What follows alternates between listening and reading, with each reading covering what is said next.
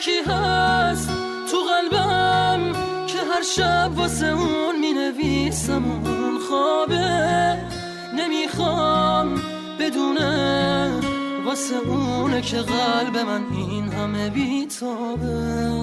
یه کاغذ یه خودکار دوباره شده همدم این دل دیوونه، یه نامه که خیسه پر از عشقه و کسی بازم اونو نمیخونه. من ز هجر تو پریشم، صبر دل رفته ز خویشم،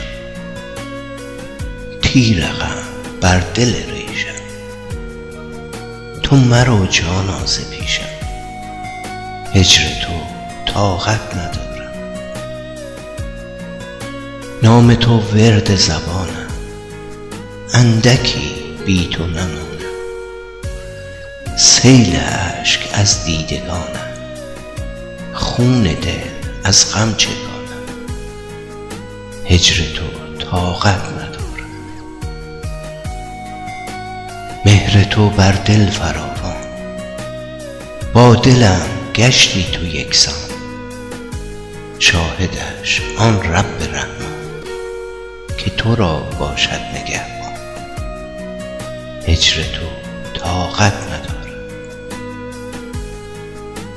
سایه‌ام بر سر تو باشی، از همه بهتر تو باشی، تا تو را دارم به دنیا، بر شبم سحر تو باشی. هجر تو طاقت ندارم. توی اتاقم یه دفعه گفت داره میره، چیزی نگفتم آخه نخواستم دلشو قصه بگیره. گریه میکردم درو که میبست، میدونستم که میمیرم. اون عزیزم بود نمیتونستم جلوی راشو بگیرم. میترسم یه روزی برسه که اونو نبینم، بمیرم تنها. خدایا کمک کن، نمیخوام بدونه دارم جون میکنم اینجا. سکوت اتاقا داره میشکنه تیک تاک ساعت رو دیوار. دوباره نمیخواد بشه باور من که دیگه نمیاد انگار. با تو بودن یعنی هستی، بی تو بودن دل شکستی. هر نفس نام تو باشد، بر زبان بر دل نشستی. هجر تو طاقت ندارم، محرم رازم تو باشی، قصه پردازم تو باشی، تا تو باشی در بر من، سوز و هم سازم تو باشی. هجر تو طاقت ندارم،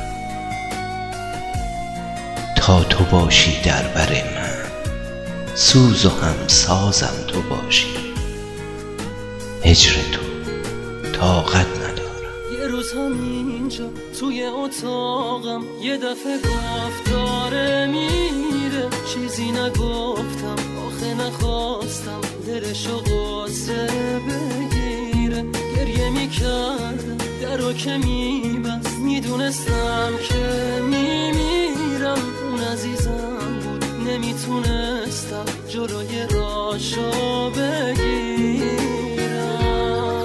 یکی هست تو قلبم که هر شب واسه اون می نویسم اون خوابه، نمیخوام بدونه واسه اونه که قلب من این همه بیتابه.